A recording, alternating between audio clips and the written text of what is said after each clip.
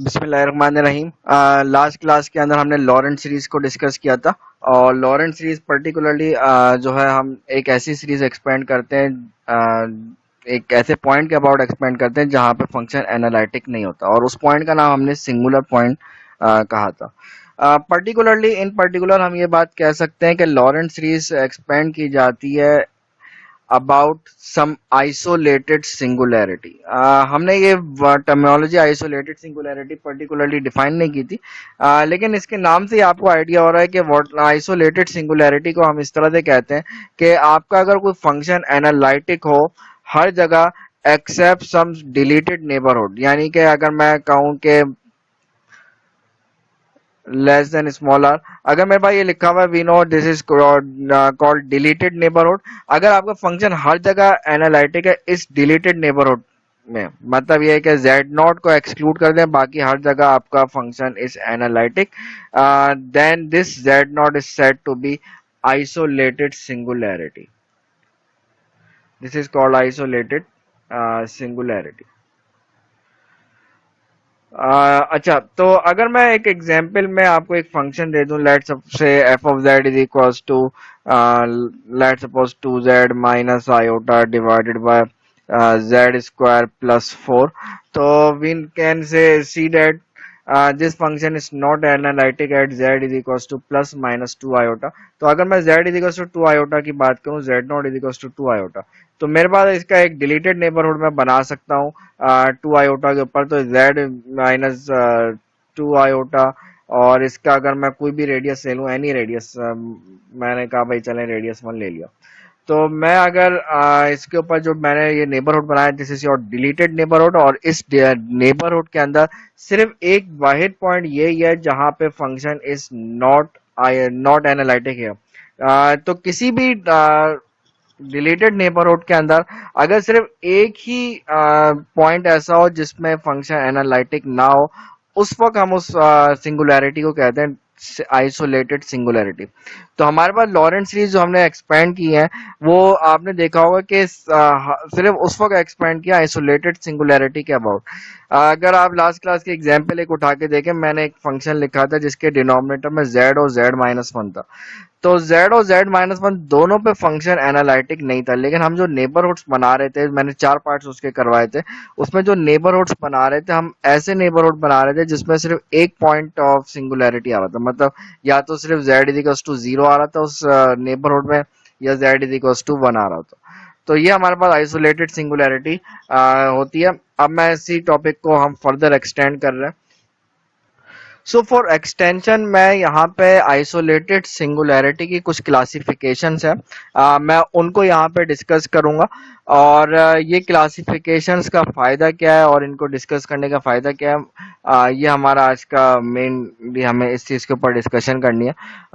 So let's discuss the classifications of isolated singularities. So for classification of isolated singularity, let's recall that Lorentz series has two parts. One is principal part and another one is your analytic part.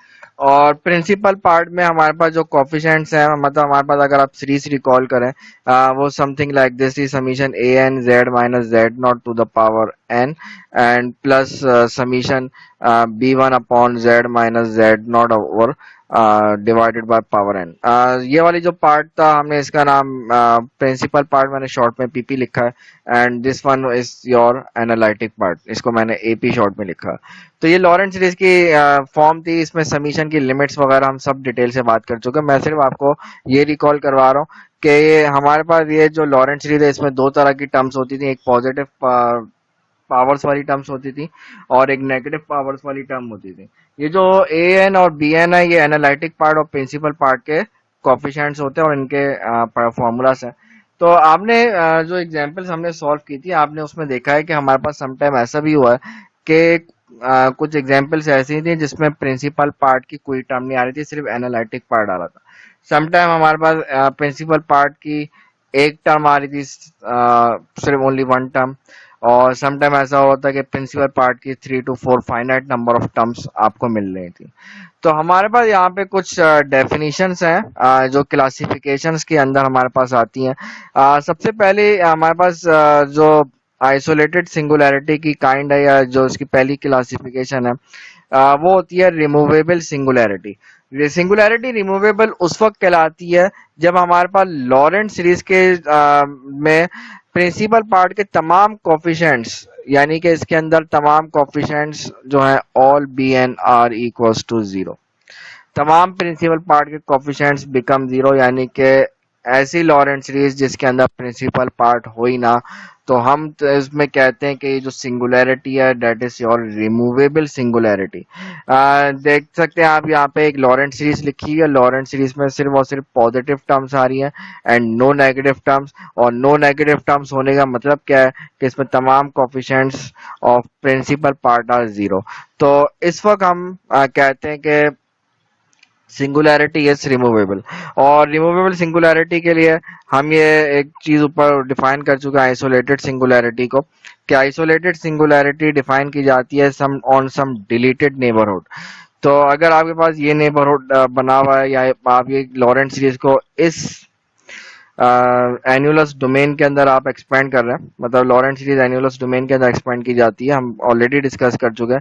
अगर आप अपनी Laurent series इस annulus domain में expand कर रहे हैं और उसमें अगर तमाम बी एन जीरो आ जाए तो उसको हम रिमूवेबल सिंगुलैरिटी कहते हैं। और अगर आपके पास ऐसा हो कि उसमें सारे जीरो तो ना आए लेकिन फाइनाइट नंबर ऑफ टर्म्स हो उसकी प्रिंसिपल पार्ट की, मतलब प्रिंसिपल पार्ट की फाइनाइट टर्म्स है, फाइनाइट टर्म्स हैं आपके पास प्रिंसिपल पार्ट की, तो उसमें हम ये कहते हैं। अच्छा, ये यहाँ पे थोड़ा सा डिफरेंस ये है कि मैंने असल में जिस बुक का हम फॉलो कर रहे हैं उसमें थोड़ा सा नोटेशन में डिफरेंस है। मैंने ये किया था कि जो पॉजिटिव टर्म्स वाली कोफिशिएंट्स थे उनको ए एन का नाम दिया था और जो नेगेटिव टर्म्स के कोफिशिएंट्स थे उनको मैंने बी एन का नाम दिया था।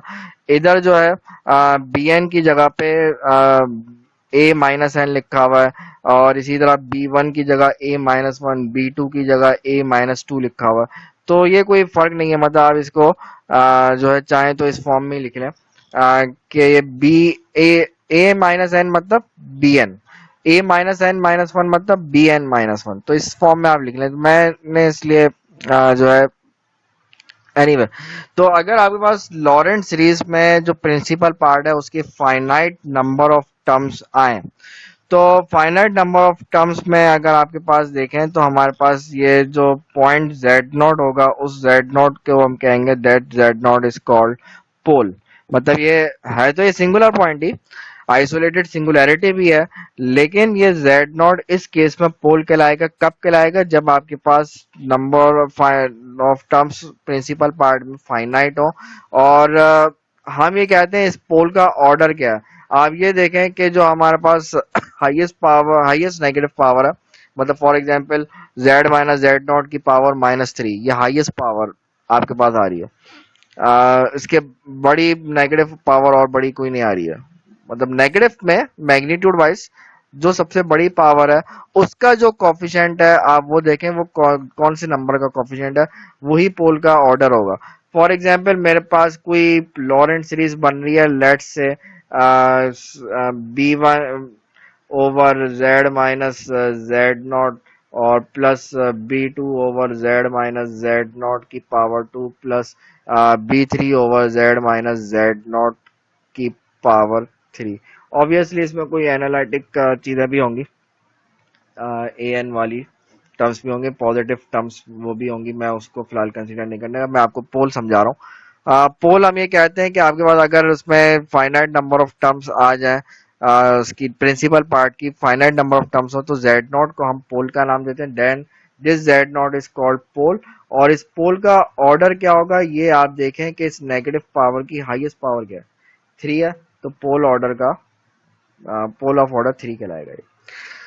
और अगर आपके पास लॉरेंट सीरीज में प्रिंसिपल पार्ट जो है उसमें सिर्फ एक ही प्रिंसिपल पार्ट, एक ही टर्म आ रही है प्रिंसिपल पार्ट के अंदर, तो हम उसमें कहेंगे कि प्रिंसिपल पार्ट एक ही आ रहा है, यानी कि अगर आपके पास n की वैल्यू 1 हो जाए तो वो सिंपल पोल कहलाता है। मतलब simply n is equal to 1, यानी कि b1 over z minus z naught, then this is called simple pole. और एसेंशियल सिंगुलैरिटी उस वक्त होती है जब आपके पास इनफाइनाइट नंबर ऑफ टर्म्स आ जाए। इन दोनों, इसमें फाइनाइट टर्म्स है, इसमें हम ये कहते हैं only one one term in principle part, और वो टर्म भी किस फॉर्म की होती है, वो टर्म भी होती है b1 over z minus z not की फॉर्म में होती है सिंपल पोल के लिए। मतलब पावर इधर वन है, वन पावर जब होती है तो then it is called simple pole. और अगर एसेंशियल सिंगुलैरिटी उस वक्त कहलाती है जब आपके पास इनफाइनाइट टर्म्स आ जाए, किसमें, प्रिंसिपल पार्ट में। देखिए आपने सारी ये जितनी डेफिनेशन, जितनी क्लासिफिकेशन मैंने बताई है, ये सारी किस लिए, किस वक्त बताई है, ये सारी उस वक्त के लिए है जब आपके पास प्रिंसिपल पार्ट को देखते हुए ये सारी क्लासिफिकेशन कर रहे हैं। तो infinite terms of principal part present हो तो हम ये कहेंगे कि ये एसेंशियल सिंगुलैरिटी है। तो ये हमारे पास चार तरह की क्लासिफिकेशन है। अब इस टॉपिक को फर्दर एक्सटेंड करते हैं। नेक्स्ट डेफिनेशन है जीरोस। ये बात हमें वैसे क्लियरली पता ही है कि अगर आपके पास z नॉट कोई पॉइंट ऐसा है, ऐसा पॉइंट ले लें सच दैट आपके पास F of Z not is equal to zero आ जाए, तो हम ये कहेंगे Z not is called zero of function. मतलब इस फंक्शन का जीरो कहलाएगा। जहाँ पे जेड नॉट पुट करने पे फंक्शन जीरो हो जाए तो जेड नॉट को हम जीरो ऑफ द फंक्शन कहते हैं। और अगर आपके पास केस इस तरह का हो जाए कि जीरो ऐसा मतलब जेड नॉट ऐसा पॉइंट हो कि इसका फर्स्ट डेरिवेटिव लेके पॉइंट पुट करें फंक्शन में, या फिर सेकंड डेरिवेटिव लेके फंक्शन में पुट करें, या फिर थर्ड डेरिवेटिव लेके फंक्शन में पुट करें, up to so on order n minus one तक आपने ले लिया, n minus one is any order.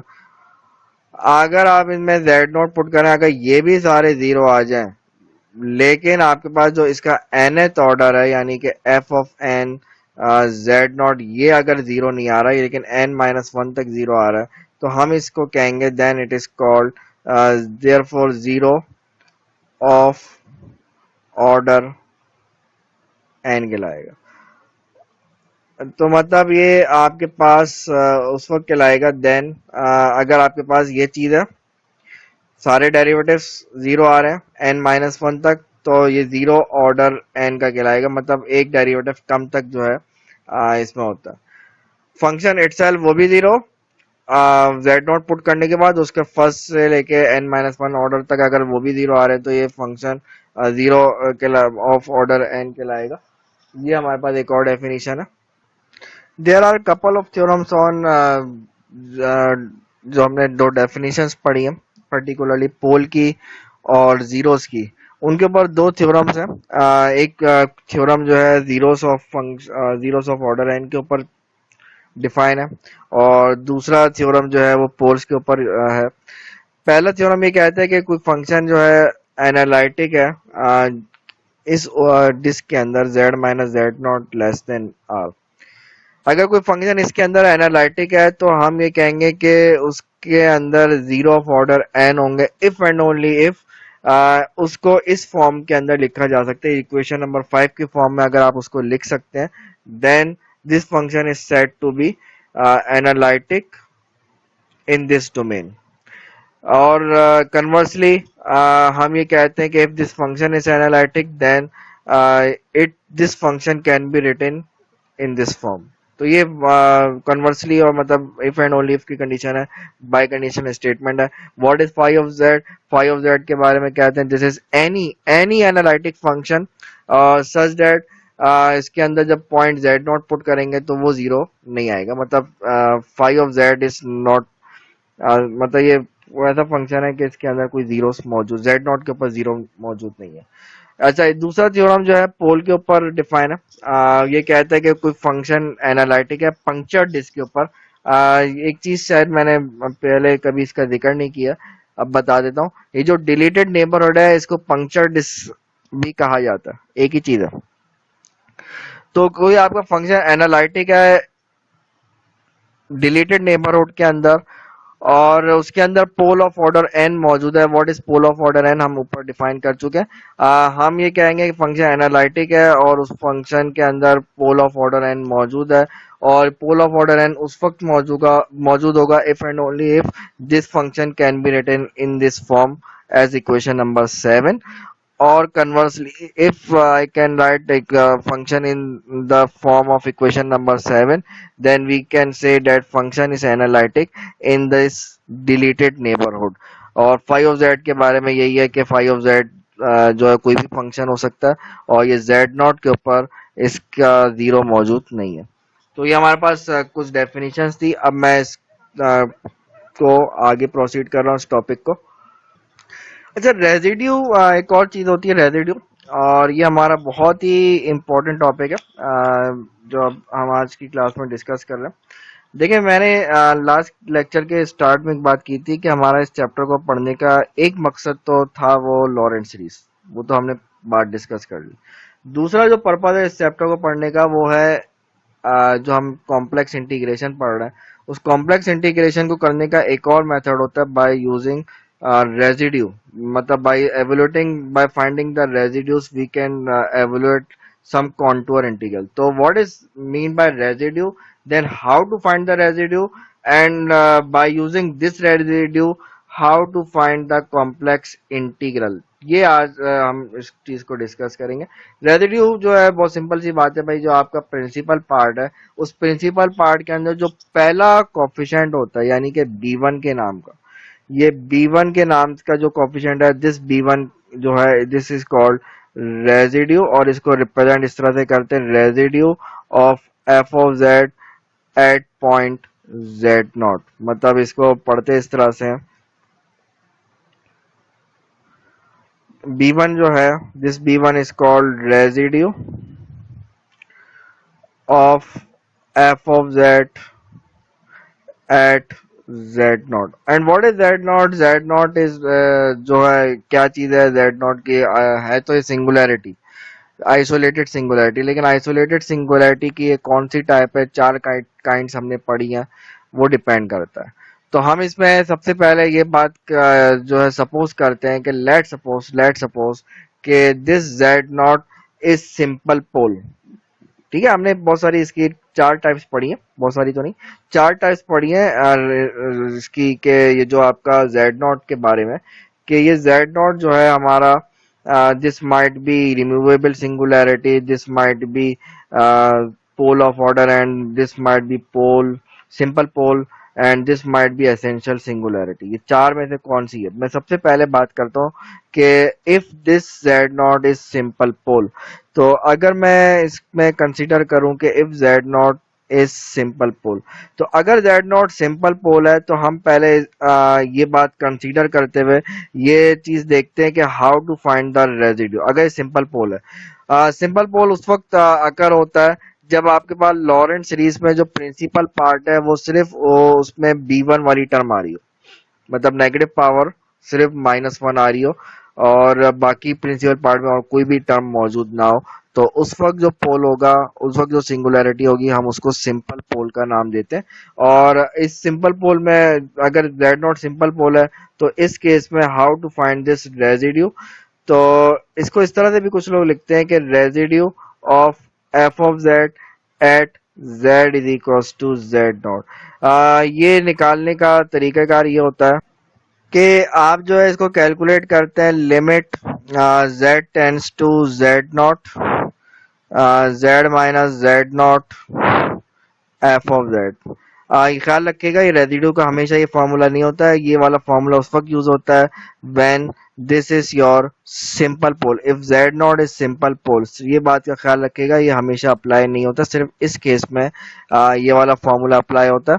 तो हम जो है इस को बड़े इजीली ये चीज प्रूफ भी की जा सकती है। मैं वैसे प्रूफ पे यहाँ पे नहीं जाऊंगा, ये आप रेगुलर क्लासेस में हम इसको फिर डिस्कस कर लेंगे, लेकिन बहरहाल इसको वैसे जो है बहुत इजीली आप इसको प्रूफ कर सकते हैं कि आप जो एफ ऑफ जेड के बारे में कह रहे हो कि यार इसमें F of Z naught simple pole है, तो जेड नॉट अगर सिंपल पोल है तो मैं अगर इधर एफ ऑफ जेड के ऊपर लॉरेंट सीरीज अप्लाई करूंगा तो लॉरेंट सीरीज में प्रिंसिपल पार्ट में सिर्फ एक ही टर्म आएगी, B1 वाली, और बाकी ये सारे एनालिटिक पार्ट्स की टर्म आएंगी। तो अगर मैं एफ ऑफ जेड की लॉरेंट सीरीज लिखूं, उस लॉरेंट सीरीज को जेड माइनस जेड नॉट से मल्टीप्लाई कर दूं, तो मेरे पास जो राइट साइड आएगी उसमें सारी टर्म्स कैंसिल आउट हो जाएंगी, सिर्फ दो टर्म्स बचेंगी, B1 plus a naught into z minus z naught.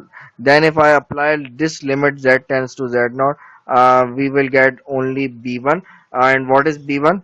b1 के बारे में पता है कि ये जो है ना, ये रेजिड्यू ही होता है b1, ये हमारा जो है b1 is called रेजिड्यू। ठीक है, b1 is called रेजिड्यू। तो ये हमारे पास सिंपल पोल अगर है तो ये रेजिड्यू इस फॉर्मूले से कैलकुलेट किया जा सकता है। दूसरा केस हमारे पास ये है कि जेड नॉट जो आपका है, इसमें चार केसेस थे ना, उसमें से एक तो हमने बात कर ली कि अगर जेड नॉट सिंपल पोल है। दूसरा केस ये है कि ये जो आपका है जेड नॉट गिवन है, इफ दिस जेड नॉट इस पोल है ऑर्डर एन का।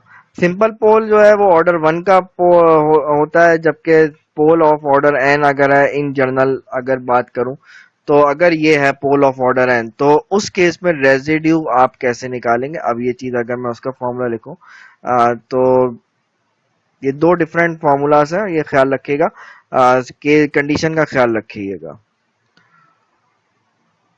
तो इसका फॉर्मूला होता है रेजिड्यू, सॉरी,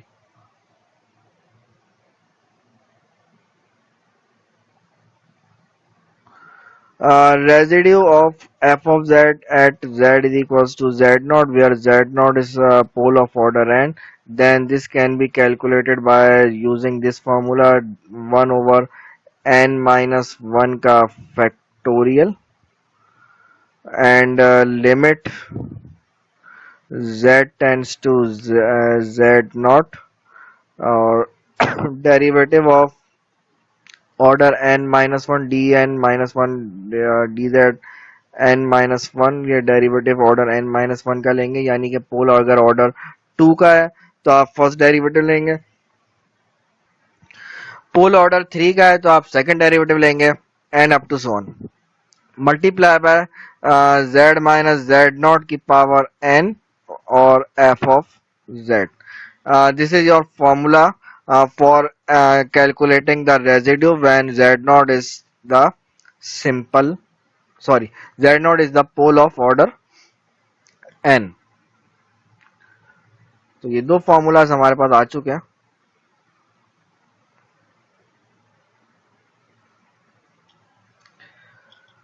अब ये रेजिड्यूज आपने निकाल लिया, अब देखते हैं कि इनका निकालना, तो खैर ये फॉर्मूले से निकालना कोई इतना मसला नहीं है, वो हम अभी एग्जांपल में कर ही लेंगे, लेकिन इनको निकालने का फायदा क्या है।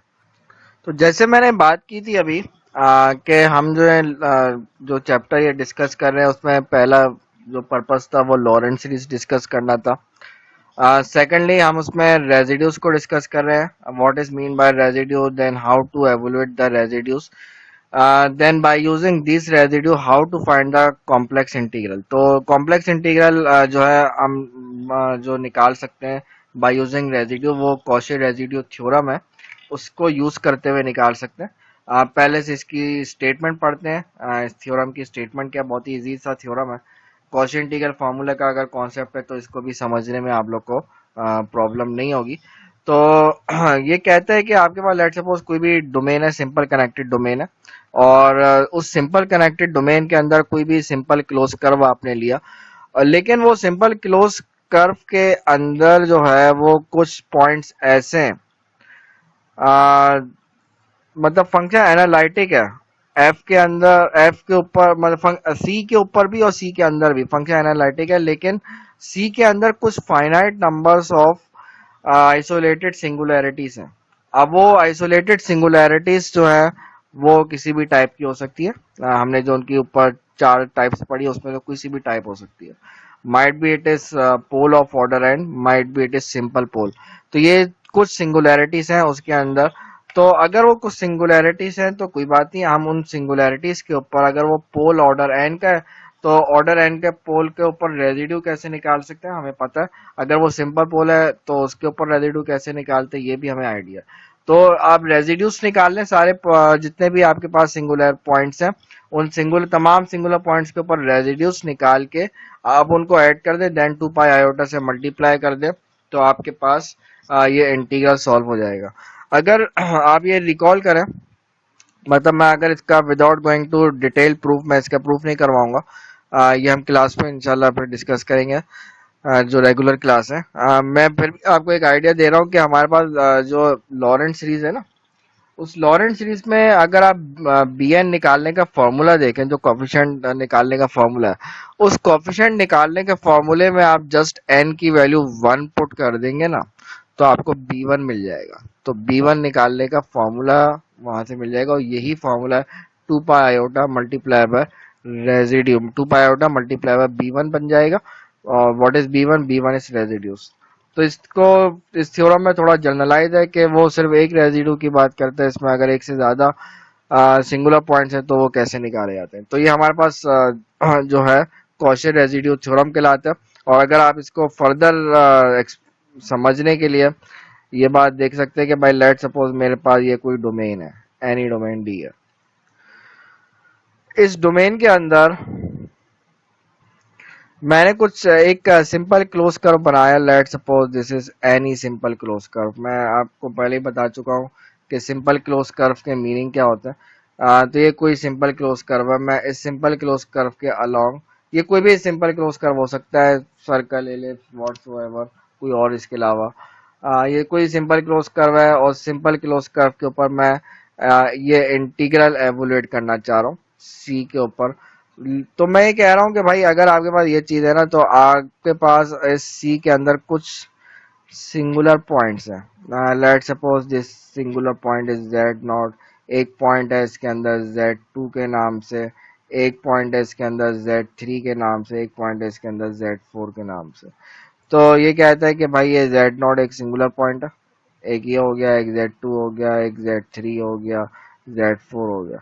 इन तमाम के ऊपर रेजिड्यूस फाइंड कर लें, Z naught, Z two, Z three, Z four के ऊपर, तमाम के ऊपर रेजिड्यूस निकालने के बाद आप उसके बाद इन तमाम रेजिड्यूस को ऐड करें, देन उसको 2 पाई आयोटा से मल्टीप्लाई कर दें, तो आपको ये इंटीग्रल सॉल्व हो जाएगा। तो रेजिड्यूस निकालने के फॉर्मूला जो हमने पीछे देखे हैं, चाहे वो सिंपल पोल का फॉर्मूला हो या फिर पोल ऑफ ऑर्डर एन का फॉर्मूला हो, कोई इसमें इतना डिफिकल्टी नहीं है कि उसमें आप परेशान हो। तो बहरहाल ये हमारा आज ये टॉपिक था, हाउ टू, मतलब ये फायदा क्या है इन चीज़ों को पढ़ने का। मतलब ये जो हमने लॉरेंट सीरीज पढ़ी उसका क्या फायदा, देन सिंगुलर पॉइंट्स के कुछ काइंड्स हैं उसका क्या फायदा। तो ये सारे फायदे जो आपको नजर आ रहे हैं यहाँ पे, कि आपकी कॉम्प्लेक्स इंटीग्रेशन एक तरीके से थोड़ा सा एवोल्यूशन उसकी इजी हो जाती है बाय यूजिंग दिस कॉन्सेप्ट। तो ये हमारे पास चीजें थी।